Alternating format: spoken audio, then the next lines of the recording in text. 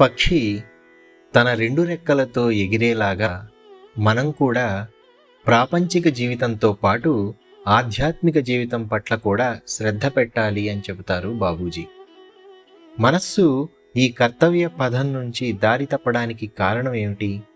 పరిస్థితుల ప్రభావము కాదు, బాహ్య కార్యకలాపాల ఒత్తిడి కూడా కాదు. అది కేవలం క్రమశిక్షణ లోపించిన మనసు చేసే పనులు ఒక దిశానిర్దేశం లేకుండా పెడత్రోవ పట్టడం వలన మనం కర్తవ్య పథం నుంచి దారి తప్పుతాం.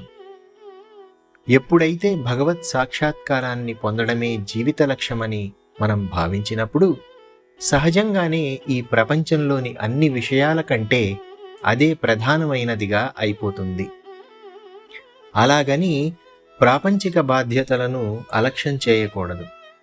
అలాగ చేసినట్లయితే మన మీద ఆధారపడిన వారిని కష్టాలకు బాధలకు గురి చేసినట్లవుతుంది. దైవం పట్ల మన కర్తవ్య నిర్వహణలో ఎంత శ్రద్ధ కలిగి ఉంటామో మన మీద ఆధారపడిన వారి పట్ల కూడా అంతే అప్రమత్తులమై ఉండాలి. మనకు సత్యంపై శ్రద్ధ, సాక్షాత్కార ప్రాప్తికై అవలంబించే మార్గంపై శ్రద్ధ, సమర్పణ గావించుకున్న యోగ్యుడైన ఆ గురువు పట్ల శ్రద్ధ, ఈ శ్రద్ధే సాక్షాత్కారాన్ని పొందడానికి పునాది.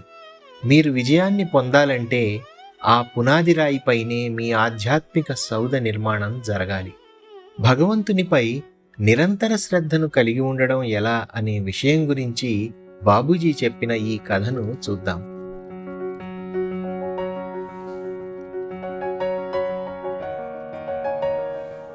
ఇంట్లోనే ఉంటూ భగవంతుడిపై నిరంతర శ్రద్ధను కలిగి ఉండటం సాధ్యమేనా గురువుగారు అని ఓ గురువుగారిని ఓ శిష్యుడు ప్రశ్నించాడు. అతని ప్రశ్నకు గురువుగారు సమాధానం ఇవ్వలేదు. ఆ ఊళ్ళోని ఓ గృహిణిని చూసి రమ్మన్నారు. శిష్యుడు బయలుదేరాడు. ఆమె చేస్తున్న పనులను శ్రద్ధగా గమనించసాగాడు. స్నేహితురాలతో కలిసి చెరువు దగ్గర నీళ్లు పట్టుకుంటూ ఉన్న ఆ గృహిణిని శ్రద్ధగా గమనించసాగాడు. ఆమె కుండలను కడిగింది, నీళ్లతో నింపింది, తల మీద 2 కుండల్ని పెట్టుకుంది, 3వ కుండను చంకలో ఉంచుకుంది.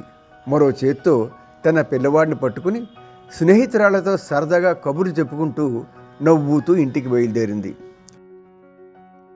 శిష్యుడు ఆమె వద్దకు వెళ్ళి అమ్మా, నెత్తిన నీటి కుండలను మోస్తూ చేత్తో ఓ చంటి పిల్లాడిని పట్టుకుని స్నేహితురాలతో నవ్వుతూ మాట్లాడుకుంటూ ఇంటికి వెళ్తున్నప్పుడు నీ ఆలోచన ఎక్కడ ఉంది అని ప్రశ్నించాడు.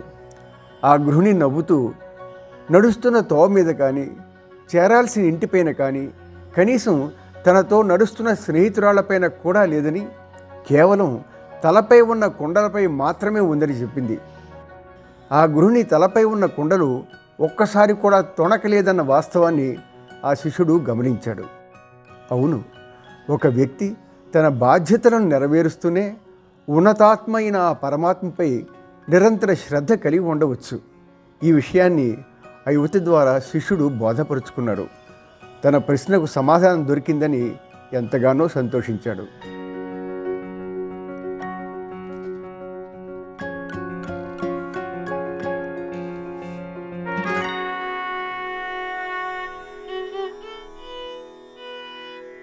భగవంతుని గురించిన ఎరుక ఒక్కటే ఎన్నో మానసిక రుగ్మతల నుంచి స్వస్థతను చేకూరుస్తుంది.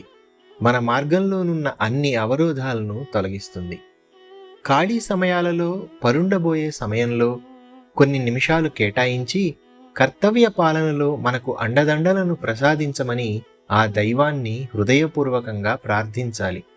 అలా భక్తి ప్రేమలతో నిండిన హృదయంతో క్రమం తప్పకుండా ప్రార్థిస్తే ఆ ప్రార్థనను ఆయన తప్పక వింటాడు. ఈ విధంగా మన కర్తవ్య నిర్వహణ పట్ల అప్రమత్తులమై భగవంతునికి హృదయంలో ప్రముఖ స్థానాన్ని ఇచ్చినప్పుడు మన జీవితానికి భగవత్ సాక్షాత్కారమే ప్రధాన లక్ష్యం అయిపోతుంది. అప్పుడు సహజంగానే మన తపన బలపడుతుంది. ఎన్ని వ్యాపకాలు కలతలు ఉన్నా మన దైనందిన కార్యకలాపాలలో తరచుగా ఆ దైవాన్ని స్మరిస్తుండడం జరుగుతుంది అంటారు బాబూజీ. నైటింగేల్ పక్షి గురించి చెబుతూ బాబూజీ ఇలా అంటారు: నైటింగేల్ పక్షి దృష్టి అంతా పూలలోని తేనెపైనే ఉన్నా అది తన గూడు గురించి ఆలోచిస్తూనే ఉంటుంది. అదేవిధంగా లక్ష్యాన్ని స్మరిస్తూ మనం ప్రస్తుతం జీవించే ఇంటి గురించి ఆలోచిస్తే మన అసలు ఇంటిని స్మరించడంలో పొరపాటు చేసే అవకాశం ఉండదు కదా అంటారు బాబూజీ. నిజానికి శ్రద్ధ యావత్ ఆధ్యాత్మిక సౌధానికి పునాది అవుతుంది. నిజమైన శ్రద్ధ జీవాత్మను ఆ పరమాత్మతో కలిపి ఉంచే సజీవ అనుసంధాన సంబంధం. ఆ పరమాత్మతో అనుసంధానం ఏర్పరచుకున్న గురువు అనే మాధ్యమం ద్వారానే నిజమైన శ్రద్ధ సాధ్యమవుతుంది.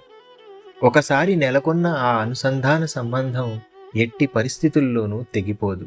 మనం చిట్ట చివరి స్థితి చేరే వరకు అది సజీవంగానే ఉంటుంది అంటారు బాబూజీ.